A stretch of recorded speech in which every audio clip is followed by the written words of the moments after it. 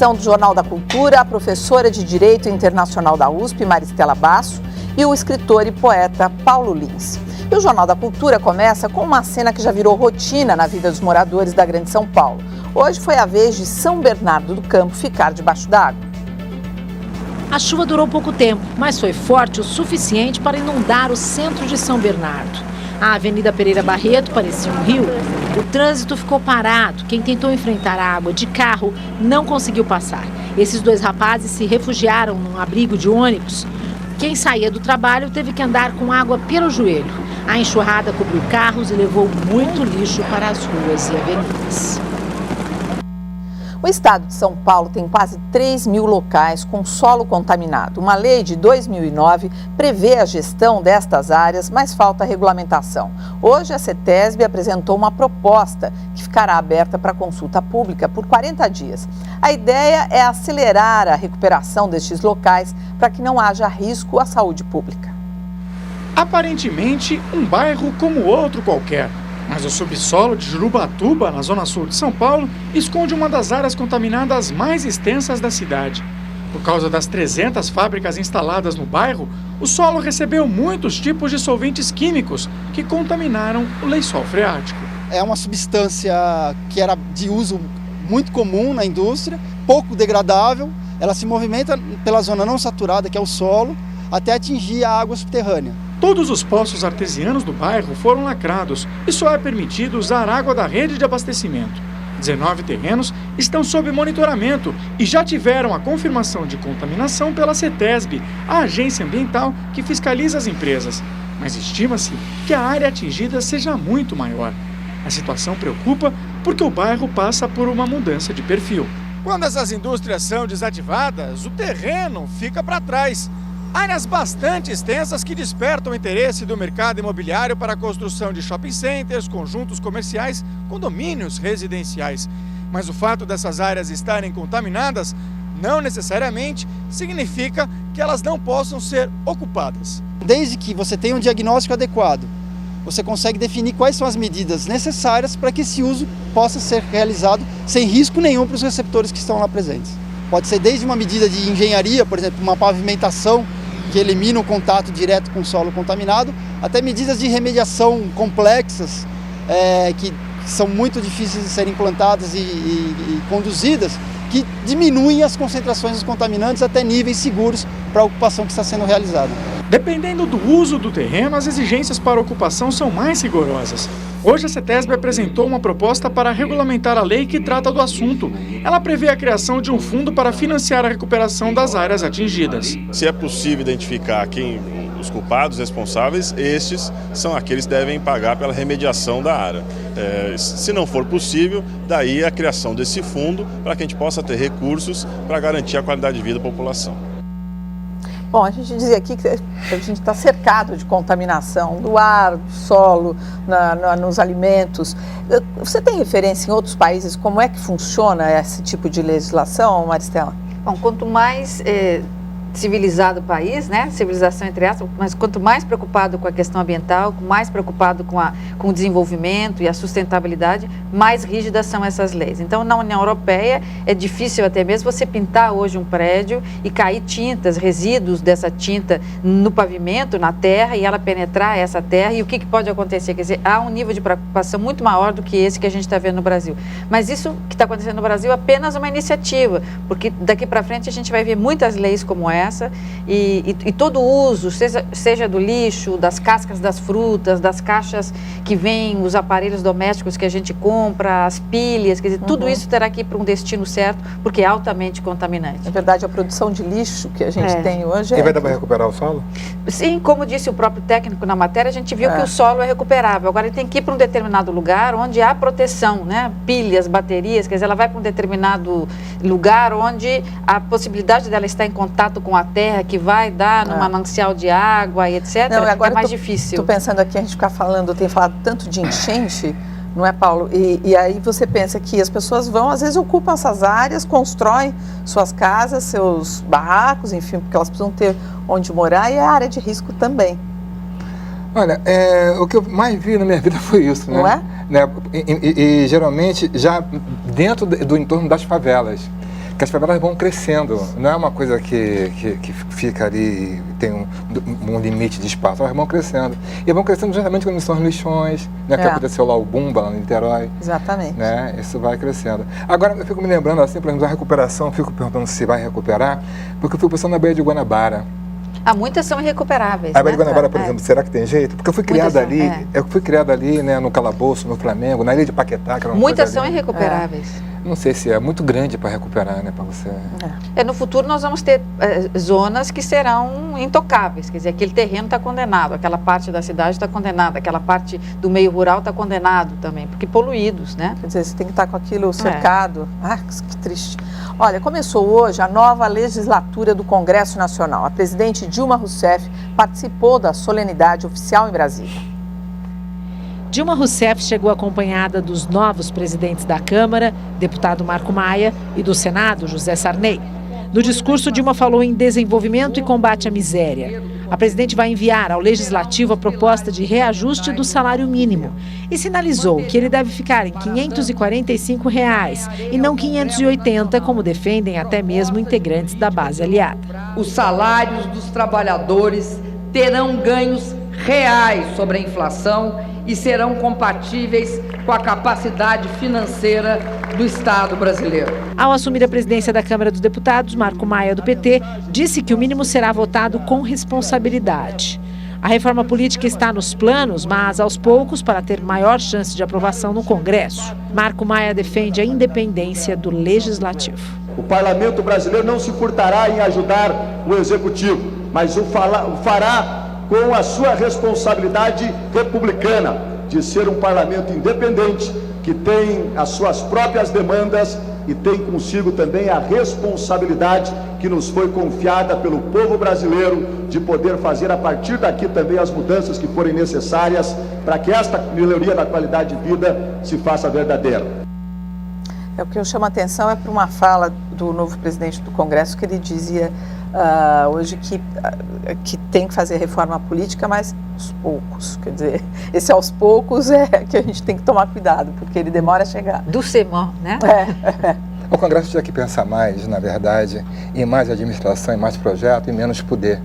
Né? Porque eu vejo, não só, né, no parlamento, mas também na divisão de ministério, né, do segundo escalão, uma ânsia de poder, de estar ali, de estar com o lugar que tem mais dinheiro. Né? Essa coisa, loteamento dos cargos, e agora, né, o Congresso, a Dilma com a maioria, o governo com essa maioria. Eu não gosto disso, eu acho que deveria dividir um pouco mais, né, a força. Eu não acho que o partido que tenha que ser o presidente do Congresso seja o partido que tenha mais deputado, eu não acho isso. Não... mas assim foi feito, né? Quer dizer, toda a aliança para eleger a Dilma... E na verdade, a oposição tinha que ter mais responsabilidade, o Congresso tinha que amadurecer, sabe? As pessoas não deviam pensar tanto em poder, pensar em organização, em grandes projetos, né? Eu vejo assim com um pé atrás esse Congresso. Olha, e as ações do Banco Pan-Americano continuaram em alta nesta quarta-feira, mas a negociação da venda do banco ainda está rendendo discussões. O PPS, Partido Popular Socialista, já avisou que só vai esperar a instalação das comissões permanentes da Câmara dos Deputados para convocar os presidentes do Banco Central, Alexandre Tombini, da Caixa Econômica Federal, Maria Fernanda Ramos Coelho, do Banco BTG Pactual, André Esteves, e o empresário Silvio Santos, para que expliquem os detalhes da operação financeira que envolveu o saneamento e a venda do Banco Pan-Americano. O partido divulgou que estranha tamanho empenho do governo na solução de um negócio privado e teme prejuízos para a Caixa, dona de 35% do capital total do Pan-Americano, e que acaba de dar cheque especial de 8 bilhões para o BTG Pactual, novo controlador do banco. E ontem a gente perguntava aqui, será que vai ter dinheiro público? Está aí a resposta. A Caixa Econômica Federal, que existe há 150 anos no país, é gestora do Fundo de Garantia, gerencia inclusive financiamentos de casa própria, está aí a explicação. Mas tem muitas questões ainda nessa negociação a serem esclarecidas. O dinheiro não vai aparecer, os responsáveis não vão ser punidos. Os 4 bi, na mão de quem que foi? Não vai ficar, nada disso vai acontecer. Ninguém vai saber quem fez. Ou vai até saber quem fez, mas não vai ser punido. E essa compra da Caixa Econômica de 35% foi feita antes do estouro todo. Então, foi comprado por um valor não de um banco que está prestes a falir, mas um banco que está em atividade. Quer dizer, tem muita explicação ainda que falta dar sobre essa transação do Pan-Americano. E o governo amplia o limite para financiamento de imóveis populares com recursos do FGTS. Vamos aos destaques do noticiário nacional. O Conselho Curador do FGTS ampliou de R$ 130 mil para R$ 170 mil o valor limite para financiamento de imóveis com recursos do fundo. Esse novo limite vale para a compra de imóveis novos e usados nas regiões metropolitanas de São Paulo, Rio de Janeiro e Brasília. Para as demais capitais e cidades com mais de 1 milhão de habitantes, o limite será de R$ 150 mil. A produção industrial brasileira cresceu 10,5% no ano passado. Segundo o IBGE, é a maior alta desde 1986. Mas, segundo os pesquisadores do Instituto, o baixo valor do dólar, que facilita importações e dificulta exportações, já prejudica as indústrias. A Polícia Civil de Lindóia, no interior de São Paulo, indiciou hoje 3 jovens que agrediram e amarraram um morador de rua num poste. As imagens foram registradas por uma câmera de segurança. 2 rapazes maiores de idade vão responder por lesão corporal e injúria por agressão. O terceiro, menor, será encaminhado para a Vara da Infância e da Juventude, em Lindóia. A cidade de São Paulo registrou 9.300 divórcios no ano passado, alta de 109% em relação a 2009. O motivo, segundo os cartórios, é a mudança na lei que acabou com os prazos para os divórcios. Antes, o casal só podia encerrar o casamento civil após 1 ano de separação formal ou 2 anos vivendo em casas separadas. Foi a única facilidade, Maristela? É todo, não só as condições, mas também a maneira de se obter. Hoje, até com acesso à internet, já o casal ou o interessado pode dar andamento ao seu pedido de divórcio. Então, ficou bem mais facilitado, não só quanto ao prazo, mas também quanto ao procedimento, as condições de se obter. O alvará, né, de soltura, de liberdade. Nossa, puxa. Violência nas ruas do Cairo. Adversários e simpatizantes do presidente egípcio, Hosni Mubarak, se enfrentam no centro da capital. Nos conflitos de hoje, 3 pessoas morreram e 600 ficaram feridas. Mas o Comissariado da ONU para Direitos Humanos calcula que desde o início do levante popular, na semana passada, mais de 300 pessoas morreram.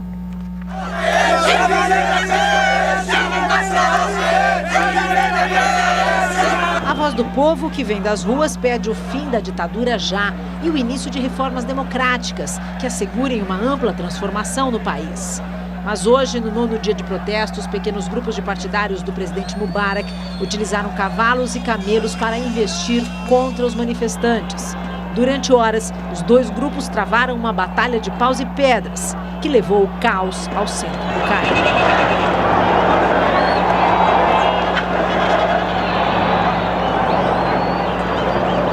À noite foram ouvidos tiros e explosões provocadas por bombas caseiras, lançadas contra veículos e prédios públicos. Apesar dos inúmeros apelos feitos pela televisão para que as pessoas voltassem para casa, elas continuam nas ruas. O anúncio do presidente Mubarak de que não pretende se candidatar nas eleições de setembro não serviu para acalmar os ânimos. A oposição exige que ele abandone o poder imediatamente e convocou para sexta-feira outra passeata de 1 milhão de pessoas, destinada a simbolizar um ultimato ao ditador para que ele renuncie nas próximas horas. O povo não está dando trégua para o Mubarak, ele vai ter que tomar uma atitude aí, mas... Agora, como que você acha que deve acontecer essa sucessão de poder? Como é que você analisa isso? Agora tem uma etapa seguinte, que é essa que está sendo negociada nos bastidores e que é muito difícil para o Mubarak e tem um timing certo, quer dizer, tem um tempo certo para ele fazer isso, sob pena dele também cair no erro que Luís XVI e Maria Antonieta cometeram lá no passado na França, quando não deixaram Paris no seu tempo, né? Não deixaram a França no seu tempo. Aqui precisa ele deixar o Egito também no seu tempo e com segurança. Então, provavelmente, o que ele está negociando agora, porque ele já disse o principal, eu não vou me candidatar nas próximas eleições, eu vou antecipar as eleições e não se referiu ao filho como candidato. Isso já foi uma vitória do povo. Agora, a vitória número 2 que o povo quer, para consagração total dessa vitória democrática, é que ele saia do país. Essa saída para ele do país não é só renúncia, ele precisa sair com segurança do país.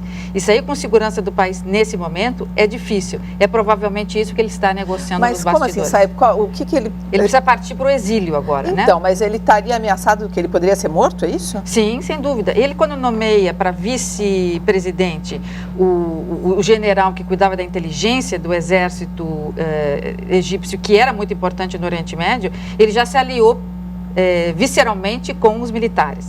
Ao trazer para vice-presidente alguém que é do circuito militar, ele já trouxe para ele um aliado. E são os militares, ou é esse grupo militar que hoje está no poder, que vai ajudá-lo a deixar o país em segurança. Mas os militares até anteontem falaram assim, olha, a gente não vai reprimir nenhuma passeata, nada, a gente... Sim, eles eram os aliados, eles estavam ao lado do povo, por isso que ele veio como vice-presidente para acalmar o povo. Agora, a segunda importante negociação é tirar a família do Egito em segurança, com segurança, porque o que a população quer é que eles saiam. Agora, o que significa para o Oriente tudo isso que está acontecendo lá? E para nós aqui do Ocidente? Para nós e para eles, agora é um momento importante de observação, porque pode ser um passo para frente, que pode levar 2 passos para trás. Porque hoje a posição do Mubarak naquele país é muito importante para o Oriente Médio e muito importante para nós no Ocidente como ponte com o Oriente Médio. Por quê? Porque era Mubarak o interlocutor do Ocidente, cujo porta-voz eram os Estados Unidos, no processo de paz entre israelenses e palestinos. Quer dizer, era este homem, com todas as suas com seus problemas, que fazia com que a conversa andava num sentido favorável. E ele também permitia que se usasse o canal de Suez, sobretudo pelas tropas americanas, para abastecimento naquela região. Então, ele era um bom interlocutor no que diz respeito à paz, ainda que pequena, que se conseguiu obter. Entendi. Olha, o embaixador... É por isso que os Estados Unidos apoiavam o ditador. Sem dúvida. Ele era era um principal braço dos Estados Unidos no mundo árabe. Com a saída de Anwar Sadat, ele entra então como vice, assume a presidência e passa a ser o homem, digamos, como um robô, né? Ele tinha funções específicas. Com a saída dele, não se sabendo quem assume o poder... Agora, todos esses países, né, são pró-Ocidente. Sim, todos esses que estão se rebelando. Estão se esfacelando agora, né? Olha, e o embaixador brasileiro no Cairo, César Melantônio Neto, conversou pelo telefone com a repórter Cristiane Alcalá. Vamos ver o que ele diz sobre a situação dos brasileiros que permanecem no Egito. Os brasileiros que são residentes aqui, cerca de uma centena, até o momento continuam permanecendo no Cairo, e a maior parte dos turistas brasileiros que estavam aqui já deixou o Egito. Como aqui os meses de janeiro, fevereiro e março são os meses de maior turismo, alta estação, porque as temperaturas são mais baixas, deve ter várias operadoras brasileiras que venderam pacotes para fevereiro e março. E nós, evidentemente, tanto aqui quanto através do Itamaraty em Brasília, nós desestimulamos que as pessoas venham nesse momento e deixem para um outro momento a visita planejada ao Egito. Porque nós temos todos que recolher, obedecer, independente da nacionalidade, o toque de recolher. Quando há um toque de recolher, é presumível que você não deve ir às ruas. Pela própria regulamentação de um toque de recolher, você tem que ficar na sua casa, na sua residência. E é o que as pessoas estão fazendo. A comunicação já melhorou hoje, porque a internet que estava bloqueada desde quinta-feira, hoje voltou a funcionar. E as linhas fixas e celulares hoje também estão funcionando. Como o clima no mundo árabe não anda favorável para ditadores, mais um deles tratou de anunciar hoje que não pretende estender seu mandato. É o homem forte do Iêmen, que está no poder há 33 anos. O mandato de Ali Abdullah Saleh vai até 2013. Hoje ele anunciou que não tem planos de ficar além desse prazo. E como se fosse uma concessão ao povo iemenita, também garantiu que não deseja transferir o poder ao filho. Com este anúncio, Saleh espera conter a inquietação já observada no Iêmen, que pode se transformar em novo levante popular, como os registrados na Tunísia e no Egito. Em Amman, na Jordânia, o novo primeiro-ministro Maruf Bakit anunciou que vai promover rápidas reformas econômicas e sociais. Também prometeu abrir o diálogo com todas as forças políticas do país. É incrível como isso se espalhou rapidamente. Tem a força da internet também, que pode causar um dano como esse, né? Porque a gente nunca viu um movimento popular tão popular quanto nós estamos vendo no Egito. Porque todas as pessoas, né? Inclusive as mulheres com véu, sem véu, com o rosto protegido ou não, quer dizer, é um movimento muito popular. Não, começou na Tunísia e foi indo muito rápido. Então, olha, e a rebelião popular no Egito vem provocando aí um debate sobre a influência do chamado fundamentalismo islâmico na região. Para alguns se trata de uma ameaça, mas é importante destacar que nem todos os seguidores do islamismo defendem regimes radicais. Se você não sabe o que é o fundamentalismo, o Jornal da Cultura explica. As orações das sextas-feiras nas mesquitas espalhadas pelo mundo muçulmano transmitem uma única mensagem: paz e harmonia.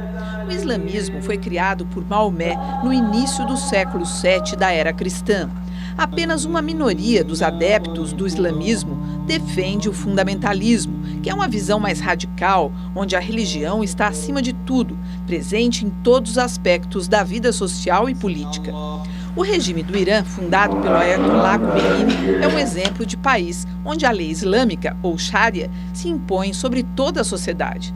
Além do Irã, fundamentalistas radicais se espalham pela região e buscam a ascensão política. A Al-Qaeda, grupo fundamentalista de Osama Bin Laden, está presente no Paquistão e Afeganistão. A guerrilha muçulmana do Talibã atua no Afeganistão. No Egito, a Irmandade Muçulmana, liderada por Mohamed Badi, está proibida de atuar politicamente pelo governo, que prendeu ou matou seus principais dirigentes. Hoje, o grupo se dedica apenas ao setor social e de saúde, mas não está descartada totalmente a hipótese de que venha buscar um espaço político com a provável abertura do regime. É outro núcleo fundamentalista na região. O Líbano é a área de atuação do Hezbollah, o chamado Partido de Deus.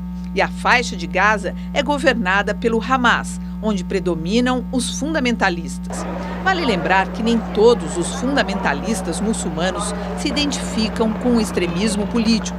E o choque de culturas acaba ocorrendo por conta da crença de alguns de que os valores ocidentais e cristãos são incompatíveis com a harmonia buscada pelos muçulmanos. Eu acho importante, Maristela, ajudar o nosso telespectador a entender que neste cenário todo do que está acontecendo no mundo árabe, qual é o peso dos fundamentalistas radicais, como a gente mostrou aí, e da população simplesmente? Se pode dizer que o peso da população está sendo mais expressivo do que foi, como a matéria revelou, no tempo de 1979, quando aconteceu no Irã. Quando aconteceu no Irã, a gente não sabia bem qual era o peso da população enquanto povo, enquanto pópulo, enquanto comunidade, e os fundamentalistas. E logo depois, em 79, a gente viu que os fundamentalistas, então, tinham mais poder do que o povo e acabaram tomando o poder. Quer dizer, o que a gente está assistindo agora é completamente diferente. Nasce do povo. Genuinamente do povo, quer dizer, das mulheres, das crianças, dos adolescentes, dos jovens, né? E é um movimento democrático. Se ele vai se afastar da democracia com o tempo, seja lá quem vai assumir o poder, a gente pode não ter um regime democrático absoluto, mas algo quase democrático, a um passo para a democracia, isso o tempo é que vai revelar. Mas hoje é um movimento não fundamentalista e absolutamente popular. Agora, a gente fica assistindo, assim, tudo que está acontecendo, eu fico pensando assim, qual é o risco desse movimento que é genuíno, que veio do povo, como você diz, de repente e parar nas mãos dos fundamentalistas. Acabar refém dos fundamentalistas. Exatamente. A gente tem dois exemplos na história. O que aconteceu com o Irã, né, que acabou fundamentalista e acabou na mão dos ayatollahs, e o que aconteceu em 86 com as Filipinas, quando o povo, o movimento popular, mostrou a porta da rua a Ferdinando Marcos e disse, olha, fora. Então ele vai embora e o povo então assume as Filipinas. Hoje a gente tem um regime democrático. Então vamos ver se a história é generosa também. Não, mas se o movimento nasceu pela internet do povo, tem menos chance disso acontecer, não? Sim, menos, porque até esse momento ainda a Irmandade Muçulmana e Hezbollah, Hamas, Fatah, ainda não se identificaram ali, eles foram pegos de surpresa. Então eles não conseguem estar organizados, né? Tanto que eles não teriam nenhum candidato mesmo a governo. Quem é o candidato forte hoje é o Prêmio Nobel da Paz. Agora fica a questão dos Estados Unidos, por exemplo, que mesmo sendo para manter a paz, para diminuir os conflitos, apoia a ditadura. Como é que você vê isso? Será que isso vai continuar isso? Quer dizer, um país que defende defende a liberdade. São alianças necessárias, são alianças temporárias e alianças estratégicas. Enquanto os Estados Unidos pôde manter essa aliança com Mubarak e outros que estão ali em prol dos interesses do Ocidente, ele manteve de forma discreta e econômica militarmente. Agora, quando foi preciso que ele se definisse ao lado da democracia clara do povo e Mubarak, então ele disse para o Mubarak, agora sai, porque nós vamos ficar ao lado do povo, né? Então, nesse momento, ele teve que assumir a democracia como sua plataforma principal. Olha, vamos lembrar aqui de outro ditador. Há 40 anos, Idi Amin Dada iniciava a mais brutal ditadura de Uganda. O arquivo especial de hoje relembra o maior déspota do continente africano. Idi Amin era comandante-chefe das Forças Armadas quando deu um golpe de Estado, derrubou o governo de Milton Obote e declarou-se presidente de Uganda. O ditador foi responsável por genocídios e execuções com requintes de crueldade. Megalomaníaco, vingativo e violento, expulsou milhares de asiáticos, dizendo que Deus lhe havia dito para transformar Uganda em um país de homens negros. Uma vez declarou-se rei da Escócia. Tinha acessos de explosões e debochava de líderes internacionais. Proibiu hippies e minissaias. Era defensor de Adolf Hitler. Alguns diziam que praticava canibalismo. Depois de 8 anos, o país estava arruinado e mais de 300 mil pessoas haviam sido assassinadas. Idi Amin Dada foi deposto em 1979. Fugiu do país e morreu 24 anos depois na Arábia Saudita. Tem figuras como o que a gente pode comparar ao Idi Amin hoje? Hoje eles estão bem mais pressionados, porque com a presença do Tribunal Penal Internacional e com esse tipo de crime considerado crime contra a humanidade, ele pode ser pego em qualquer país e pode ser processado, não só ele, como qualquer um que tenha trabalhado com ele. Então, existe, claro, e há uma relação muito íntima entre o regime não democrático e crimes contra a humanidade, fome, morte, como crimes Haiti, contra né? Sim, sem dúvida nenhuma. Quanto mais ditador é o governo, mais crimes ele comete contra o seu próprio povo. E pior vive o país. Né? Olha, a seguir, no ranking das reclamações, o serviço de telefonia se mantém na liderança. E na reportagem da série Caminhões, os estragos causados por esses pesos pesados nas pontes de São Paulo.